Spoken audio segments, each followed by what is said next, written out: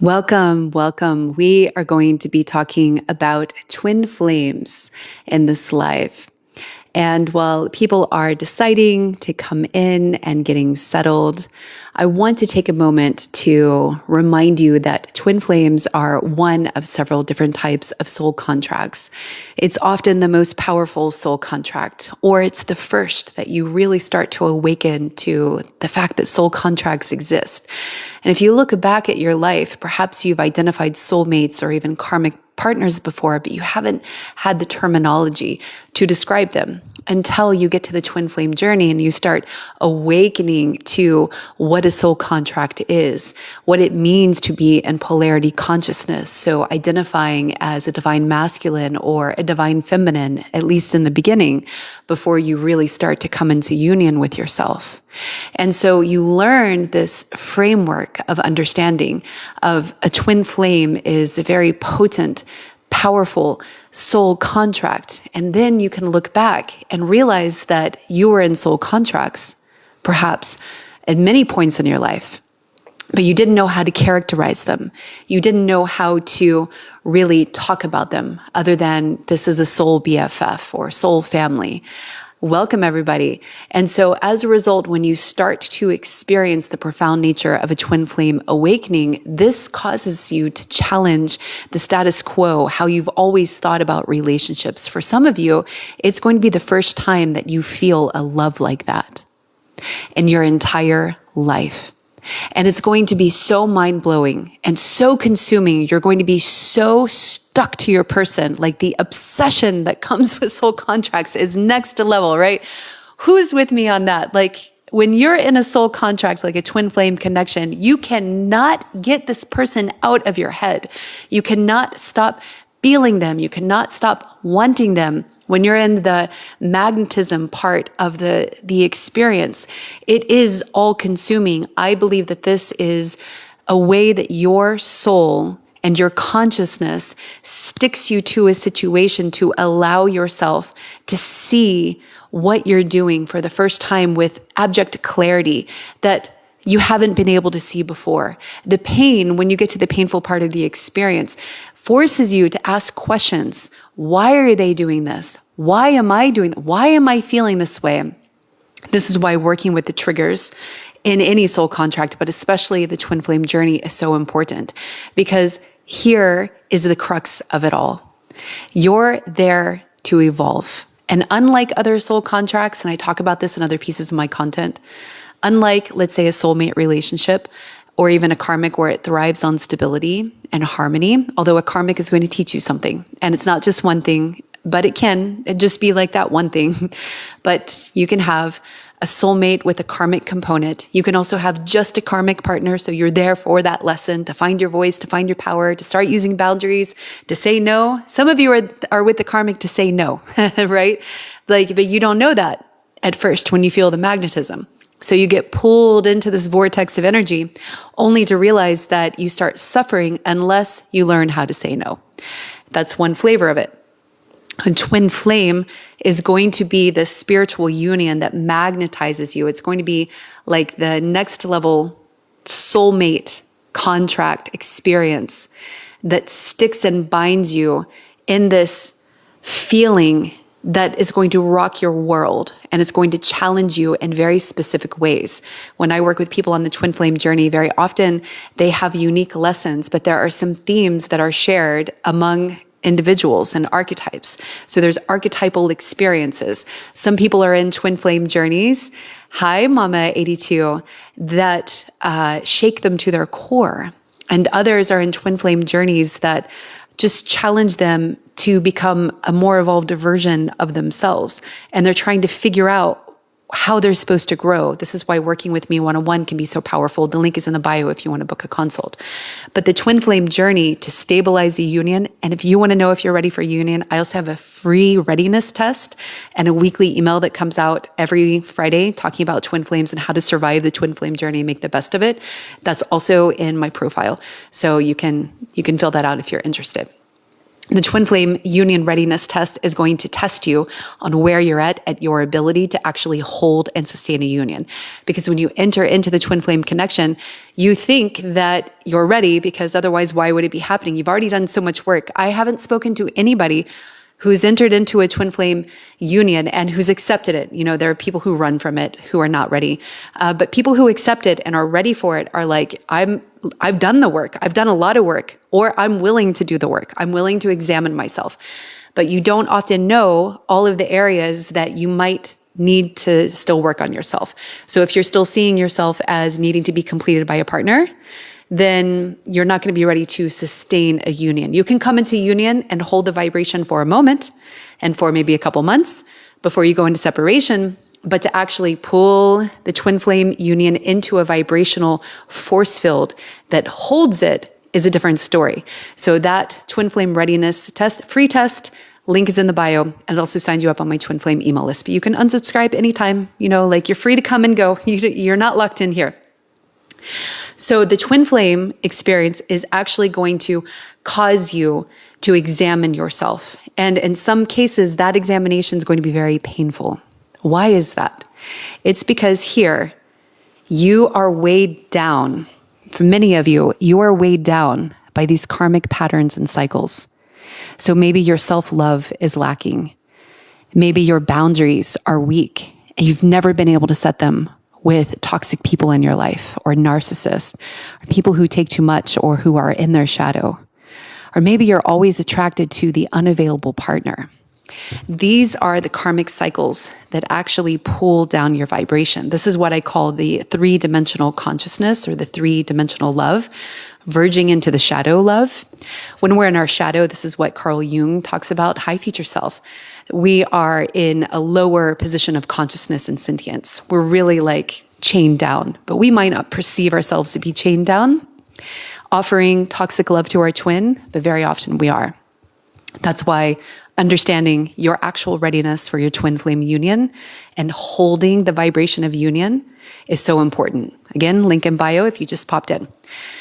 The twin flame union is going to catalyze this energy.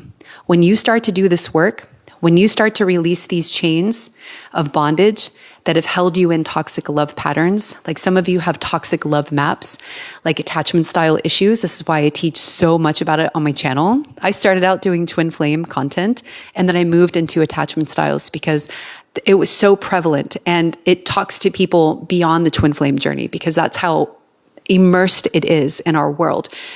For some crazy reason, it doesn't matter where you're at in the world, what culture, what upbringing, what religion, what family unit, all around the world, many people struggle with avoidant attachment style. Many people struggle with anxious, preoccupied attachment style. And fearful avoidant, high N, and these patterns are amplified in the twin flame journey. Why would that be? If the twin flame journey is all about this magic, right? If it's all about this connection, why on earth would it be actually amplified in a twin flame journey? Because it's revealing to you all the ways you've been stuck in unavailable love. This is actually what I teach about in my True Love Masterminds group. The link is in the bio. This is a school group. It's a private community where every month I walk you through how to break these chains. And based on all of my client work and all of my experience, I tackle one module and I teach you how to break these chains. And I teach you for you and your twin. You can do it solo, you can do it with a partner, but we go through it and I can support your journey. If you're interested in that, the link is in the bio. It's the True Love Masterminds group. So the twin flame journey is going to reveal to you all of the ways that your toxic love maps have not been bringing you into a high vibrational connection. And the twin flame journey is going to help you ascend. What does that mean? That means you're going to drop the baggage.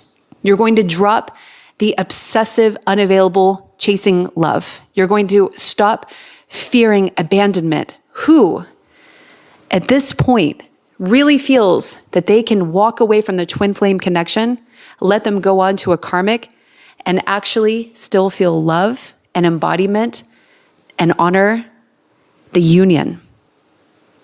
Most people can't do that. Most people are possessive and their love is conditional. You have to love me or else I don't love you, or else it's not real. That's what a lot of people, if you don't come to me, if you go to a karmic, then I'm going to downgrade you and say, we were never twin flames. I'm going to call you a karmic. I'm going to call you a false twin. Why is that? When you are actually in the vibration of unconditional love, you can hold both concepts at once. That you are in a divine union and your partner needs to go and work with somebody else for a very important reason. Because they have a love map that needs to be healed. And the journey is not about you coming together because they complete you. And so you see their karmic as the enemy or a threat or as, somebody lesser than. Sometimes it's actually about embracing the love triangle and loving their karmic too. Did you know that? That sometimes it's actually about sharing that unconditional love for their soulmate, for their karmic, and welcoming them into the soul contract experience and saying, I give you my blessing because I understand that you're here to create a seed of family and a generation to come. And I understand that your soul contract is to do that with my twin. And I'm going to work on myself for a bit or work with somebody else. Who can do that, really? When you are in the vibration of unconditional love, you can't do that. You can't fathom it. It becomes an us against them. Why is the twin going to the karmic? And, they're putting their tell-ins back in they're tricking my twin and they're roping them back into this karmic cycle. And there's almost this disparagingness, right? And that is coming from a wounded place. That is not a high vibrational connection. So when we talk about these elements of three-dimensional love, shadow love, this is what you're here to resolve. That's why some of you will go into separation, because separation is the best thing for you. Because confronting that pain and why you're not able to be whole on your own is fundamentally important. Because when you make that shift, when you actually step into the vibration of self-love, you drop one of these chains. And that frees you to actually come into a sustainable union. Again, if you want to see if you're twin flame union capable, I have a free test. Link is in the bio and it signs you up on my email list. If you know that you need work, I encourage you to join my True Love Masterminds group. Also, the link is in the bio, or book me for a one-on-one consult. But right now, I want to take some questions about your twin flame experiences or any comments. And so feel free to put those in the chat. Hi, Mello. Nice to see you in Sydney. Thank you guys for the likes. I really appreciate all of your likes and your support. I have some old timers that come in and you are so generous. Thank you so much with your energy and your kindness. What questions do we have about the twin flame experience? Who do we have? Or even if you just want to update me on your journey, if I've been following along. Okay, Mama 82, I hear and see things and I feel people's energies and places energies and I tell myself I'm crazy. I love this because this is what happens when you start to expand on the spiritual awakening journey. You step into what I call being the next level human. And it's not just because my channel is called Next Level by Dr. C, but this is actually how I see it. You start expanding beyond your five senses. And when you do that, at first, when you're living in a materialist reductionist world, and I talk about this on my new podcast. You could be like one of the first 10 subscribers on Spotify. The link for that podcast is down at the bottom. It's called Awakening with Dr. C. And I talk about this a lot, like how to expand into being next level human. When you start to do that, and you break out of the framework of the materialist reductionist world, what you're going to find is that you often think that you're crazy because the world that you lived in, the biology books that you were given, the education system that trained you, told you that you couldn't have any extrasensory phenomenon and be legitimate, right? Until you start to go into the spiritual awakening experience. And if you're like me, who was an atheist scientist who started, I didn't believe in any of it. I wasn't doing meditation. I wasn't going to yoga. No, I wasn't doing that. And so I started having these extrasensory phenomenon abilities that opened up. And I thought, holy, what? This is incredible. You take somebody who's not looking for it and they start to have it spontaneously. And they learned about the neurobiology of the human body. That is amazing proof right? And I'm not here to convince you that it's real. But what I am saying is when you really go into the journey, it will be undeniable. Just like when you start quantum shifting, and I have a whole playlist, private playlist, you have to sign up for that one, EC by Dr. C, and how to get to that next level of human, like shifting through realities, not just in the privacy of your own home, but actually embodying the mindset and identity structures and modules needed to shift timelines and to surf your way through different parallel worlds. Once you go further into it, you start to understand that it is very real. And people have been studying extrasensory phenomenons in basements, in secret facilities, and secret programs for a long, long time. And when you understand that too, you start to understand, reality might be a lot more interesting than we were led to believe on TV. There's no criticism. There's no shame. Welcome to being next level human. Okay, who else do we have? Comments, questions about Sappho? I know you always add some color to my channel because I follow your comments and I don't always respond to them because I don't always know what to make of them. Like what an avoidant needs is an exorcism.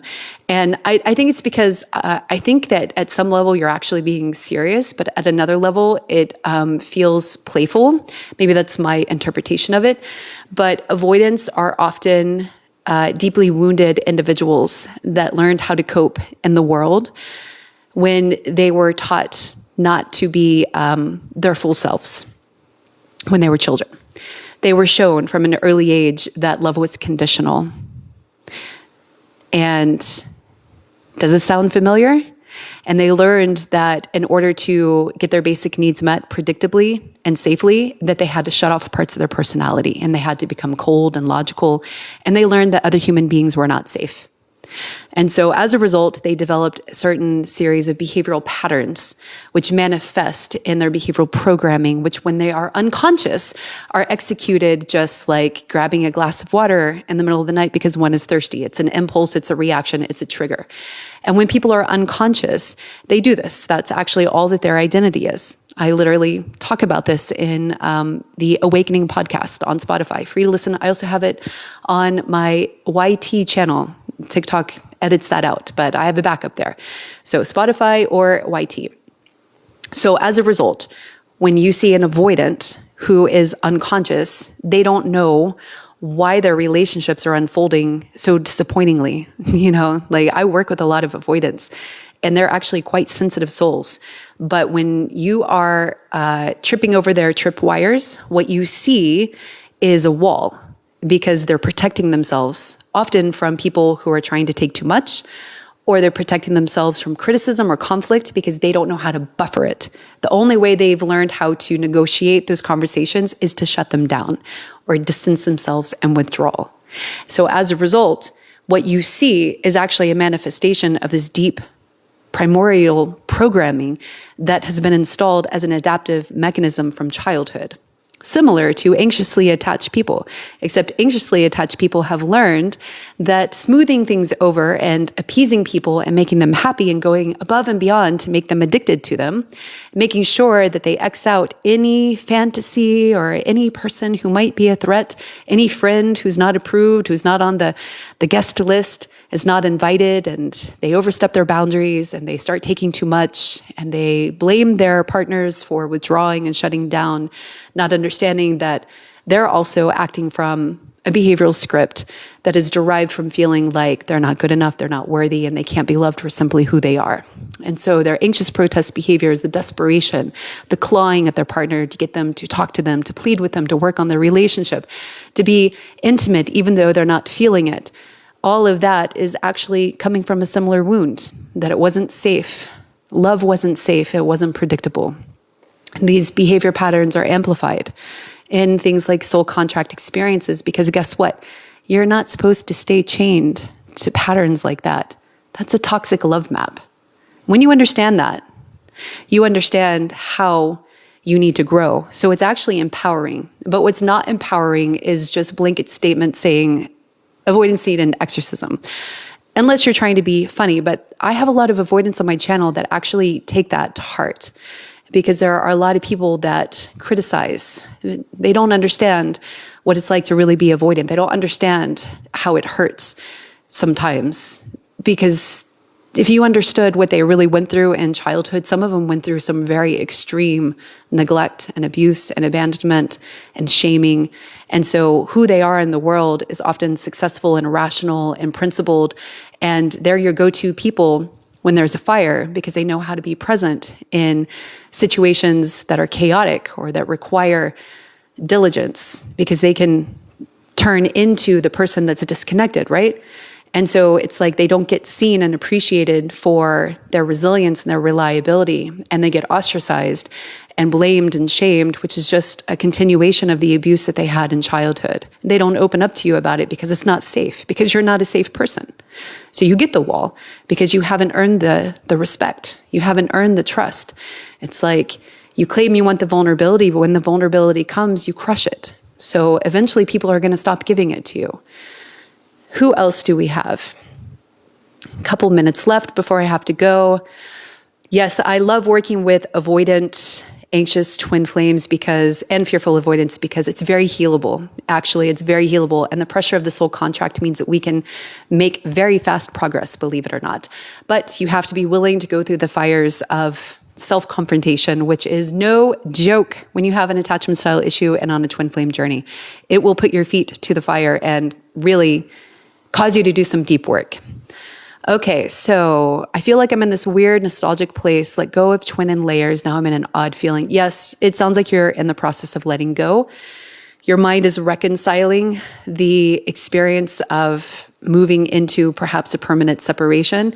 Sometimes there's a energetic shift as well, because the magnetism is literally changing. And when both of you are exiting the twin flame journey, there is actually a shift in the polarity, which causes the union to split apart. So that weird feeling is not in your head. It is actually an energetic severing of the bond, and you go through it in stages, just like grief comes in waves. You'll go through a twin flame grieving process also in stages, and going through a series of letting go moments. The mind, the heart, the body, and the energy. Often it's the energy that's the last to go. So you'll feel them, pulses of them for a while. Even after your mind has moved on, you'll still feel them for a while before it gets fainter and fainter and fainter. Okay, thank you for the follows. All right, Michelle, it's the most amazing and terrifying thing that's happening to me. I know, it's an incredible journey. My eyes were absolutely opened, and it's so fun to get to help people on the twin flame journey, because it's like walking into another way of living that they're like experiencing for the first time. It's like kids walking into this world that they didn't know, like Narnia, that didn't know existed. And so it's like, is it really real? I don't think it's real. And then you're like, it's real, but I'm not going to tell you it's real. You're going to figure it out. But I'm going to encourage you to keep exploring as it feels right to you. You always want to encourage people to find their own truth. And it's beautiful. The process of accepting the journey. There is an initiation and there is an accepting. Both you and your twin, in my personal opinion, others disagree with me on this. Happy birthday, Yasmin. Wow, happy birthday. Other people disagree with me on this, but I've facilitated numerous twin flame journeys, and what I have found is that both people actually have to accept it. And when they accept it, they actually start doing the work together. Even if they go into separation, they accept the commitment. They acknowledge the twin flame journey. They acknowledge the importance of it. They don't have to call it a twin flame journey, but they acknowledge like the value of the soul connection, versus those who crush it, those who walk away, who are frightened of it, especially like lower order, three-dimensional toxic masculines will do this when they get really frightened. Traditional, like heteronormative masculines, they will get really frightened and they don't know how to cope with it. And they're challenged by the awakening experience. And so some of them will go out of their way to destroy the connection, to deny the connection, invalidate the connection. Those are the ones that unfortunately don't often stay together in a twin flame journey for long, because I believe that the universe does listen to free will. You know, like this is a basic human right of all of us. We should have free will and sovereignty. If we don't, there's been an injustice. And the twin flame journey will stick you in a contract for a period of time without necessarily your signing up for it, without your consent. But after that contract window expires, so there's like this period of time that you both have to say yes, and then you come into the journey, right? You lean into it. And when one of you is insistent on saying, no, no, no, no, no, no, no, like the universe is not going to grape you, okay? That's not ever okay. When is that ever okay? That's not okay, right? And so similarly in a spiritual awakening journey, you can use your free will and your sovereignty. And people who do exit the twin flame journey and those who still want to continue are given, in my experience, another twin flame experience or a high level soulmate. You're never going to be left out in the cold because you have a twin flame that's really not participating. So when you start to enter into the twin flame journey and you both say yes, that's when you both can experience the full magic of it. But until then, there's a lot of hemming and hawing. Is it real? Is it not real? Is it, are they actually going to acknowledge it? Can we talk about it? Everybody goes through these stages. It's like walking into Narnia. All right, Bernadette, ever since I was little, I would hear stuff, but now I see and getting rings in my ear. Yes. Okay. So I cannot give you any advice about physical things because I'm not that type of a doctor. I'm a scientist by training. But what I will say is that people on the spiritual awakening journey often have gifts like clairaudience and will hear different frequencies in the ear. And this is just part of the awakening experience. It's like a recalibration of your sensory system. Some people have heightened acuity of sound, of touch. Like if you have clairsentience, you're going to be for a while hypersensitive to touch because it's like your body is recalibrating to take in more information and your nervous system has to hold that information. And at first it's going to be overwhelming. This is part of the awakening experience. When it's overwhelming, you have to learn how to integrate it, how to balance it, and how to recalibrate into your new baseline. Okay. Dan, I was so scared of myself. I never wanted to show her and I never wanted to see her. Yes, exactly. That's exactly right. There is that time in the beginning where you're actually very afraid to be seen. This is also what I talk about in my True Love Masterminds group. The link is in the bio because I literally have an entire masterclass on this. Being seen and hiding is one of the best ways that we keep love away from us. Because to truly be authentic, I actually have several masterclasses touching on this principle to break that chain. To truly being seen for your authentic self is frightening, but it's a prerequisite to truly being vulnerable and to being able to sustain a high level connection. So if you can't be seen, if you really can't be witnessed for the truth of who you are, you will not be able to sustain a twin flame connection. You can get close. You can like touch, come into union for a moment, but you're not going to be able to hold it until you do the personal work. So highly recommend if you struggle with that, being seen, being able to speak your needs, your desires, your boundaries, right? Authentic communication was this month's masterclass where I talk about how to work through that if you struggle with that, especially if you have an insecure attachment style, because everybody does. When they have an insecure attachment style, they struggle with being seen. They struggle with speaking. They struggle with their desires. They struggle with identifying their desires. And so literally I break it down why you struggle with it and how to overcome that. That's in my True Love Masterminds class. So you have to overcome that in order to sustain a union. If you don't believe me, come back in a couple of years and let's talk, because I can guarantee you that you're going to be in separation. Or you're going to be in you're still going to be in the push-pull cycle. You have to be able to be seen to sustain a twin flame connection. You don't get the union, right? You don't get the full bond and you don't get to hold it unless you're able to be seen, because it's going to bring up so much for you that unless you're willing to express yourself authentically, it's not going to go anywhere. This is going to be a lifelong lesson for you. And then you're going to go to a karmic. They're going to go to a karmic. You're going to go to an easier relationship for you to work through this and then hopefully circle back. All right. So I have to go. One question. I don't know who. I don't know if you're talking to me about a comment and then laughing about it and being disrespectful. I don't know if you're talking about somebody else, but if I've been disrespectful for expressing myself, then my apologies if you've had a reaction to that. But I have been in alignment with my truth, everything that I've said. And so if you experience my laughing as in any way harming you, then I understand that you won't tolerate any disrespect whatsoever, but I would ask you to consider whether or not you're holding a projection, a wounded projection in your mind about what respect is and isn't.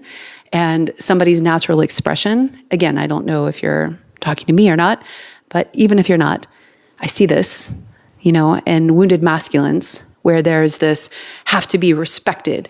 And then they see disrespect where there isn't necessarily intentional disrespect, but they're interpreting through that lens of woundedness, which actually impairs their ability to sustain relationships because they feel like they have to guard themselves.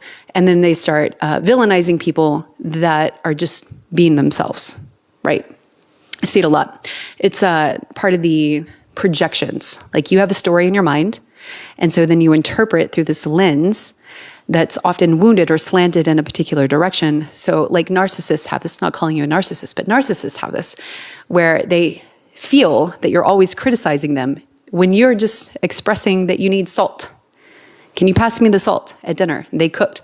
And you're like, and next thing you know, they're like, well, why are you disrespecting me? Why are you, like they're feeling attacked because you need salt on your food.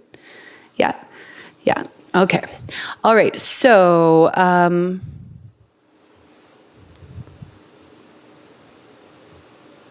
wow. Okay.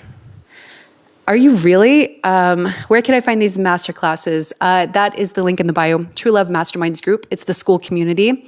I highly encourage you to join. You can work at your own pace. Everything is pre-recorded. There are no calls or schedules or forced sharing.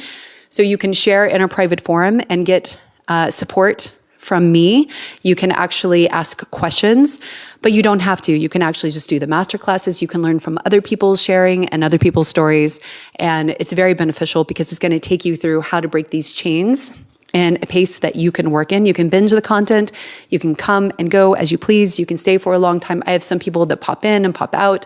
I have others that stay for like forever. So you will feel it if it's right for you, and everything is private. So I don't like groups where you have to share. It's just something that is never set right with me. And so you're welcome to share if you want to, but you don't have to. And I made that group specifically for people who want to maintain a level of privacy and dignity in their work. But I do have help and facilitation if you do share, and I do offer feedback on your journey if you share it in our private forum.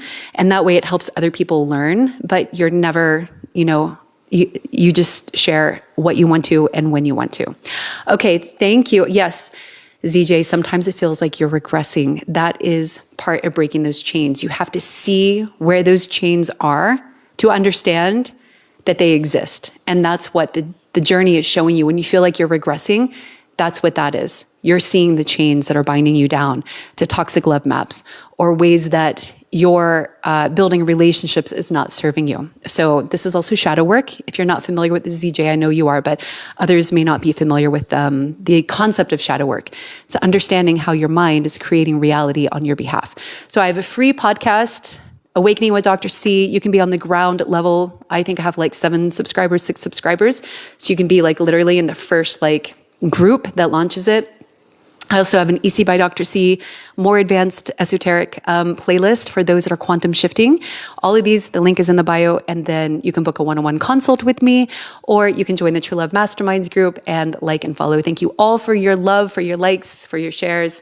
Thank you so much. I'll see you next time.